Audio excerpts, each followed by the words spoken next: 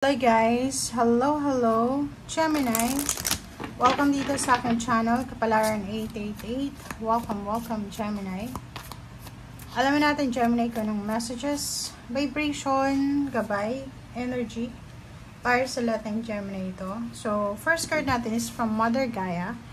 Mother Gaia is Mother Mary, Virgin Mary. So, dito sinasabi na Gemini, take care of your body, take care of your health, whole being, diba? So, kailangan mong alagaan ang sarili mo. Okay? Self-love, self-care, self-development. Kailangan mo nang kalimutan yung ibang tao. Parang ganito yung sinasabi.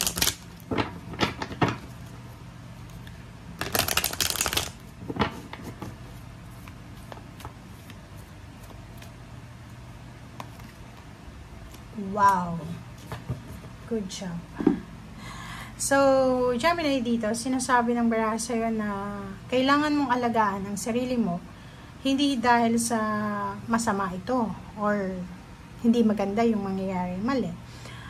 Sinasabi na ihanda mo yung sarili mo, prepare yourself, be strong, physically, mentally, spiritually. Kasi may magbabago na parte ng buhay mo na kailangan mo dito yung parang strong body, mind, and spirit. So, di ba pag may mga nagbabago sa buhay natin, kailangan natin na tanggapin ito ng wholehearted. So, for example, may isang offer ng job or pwedeng career, kung mahina yung katawan mo, kung hindi mo inaalagaan yung sarili mo, paano mo yun matatanggap? Diba? So, welcome the transformation. Welcome the stability and balance, security, na posibleng inihahain sa'yo ng universe. Parang niluluto sa ngayon. So, nakikita ko sure dito na kung gusto mong magkaroon ng baby, babae ka siguro, Gemini. So, kung gusto mong magkaroon ng baby, gusto mong mabuntis, alagaan mo yung sarili mo. Ngayon pa lang. Kung gusto mo naman na makapasok sa company na yung company na to is sobrang higpit niya sa health, diba, yung physical exam.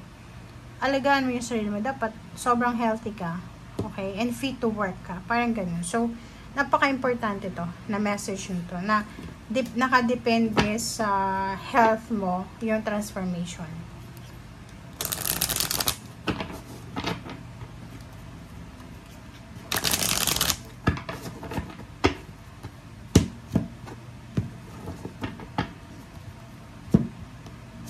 Okay, first card natin is Emperor. So, nakikita natin na ma-reclaim mo yung power mo, Gemini. So, ano ba, nawalan ka ng trabaho, bumaba yung posisyon sa trabaho, bumaba yung sweldo. Dito sinasabi na ma-reclaim mo kung ano yung nawala sa'yo. Ninakawan ka, naskang ka, ibabalik ulit ng universe kung ano yung nawala sa'yo. And at the same time, Ace of Cups. Yung Ace of Cups is aapaw yung cups mo. So, celebration. Celebration to, kasi na-promote.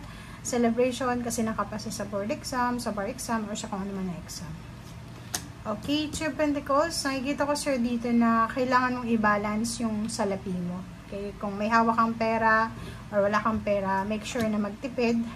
Make sure na kailangan natin na ayusan yung ating mga expenses.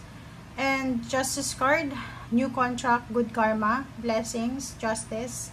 So kung may hinihintay kang parang answers, solution, resolution, lalo na sa problema sa pera, posibleng makukuha mo to. Okay? Knight of Cups, isang magandang balita ang matatanggap mo tungkol sa isang tao. Pwedeng siya ay naghahanap ng hustisya, pinaglalaban niya yung hustisya. Posibleng makatanggap ka dito ng balita na good news na ay nanalo siya sa kaso, parang ganun. So, meron din dito na sinasabi na may mga contract signing, may kakasal sa West, sa pare, parang ganon. Merong parang paperman ng kontrata or paperman ng kung ano man na papeles yan. Okay? Gemini, nakikita ko na posibleng sa relationship to. May isang relationship dito na hindi inaasahang posibleng maghiwalay sila. Intimate relationship. Yung Wheel of Fortune ay nandito sa'yo. So, sinasabi it's ending. It's an ending, pero may magsisimula. So, may matatapos sa buhay mo, Gemini, but may magsisimula. So, nakikita ko, sir, dito, pwedeng from single, into relationship, may mabubuntis, may magpapabuntis, may makakabuntis. Parang ganun. Okay, so yung Wheel of Fortune, nakikita ko sir dito na sa usaping relationship, mas magiging sobrang secured, stable, balance yung relationship mo. Maraming celebration na posibleng i-celebrate ka, or posibleng yun, kasal, abay ka sa kasal, ninong-ninang, parang ganon.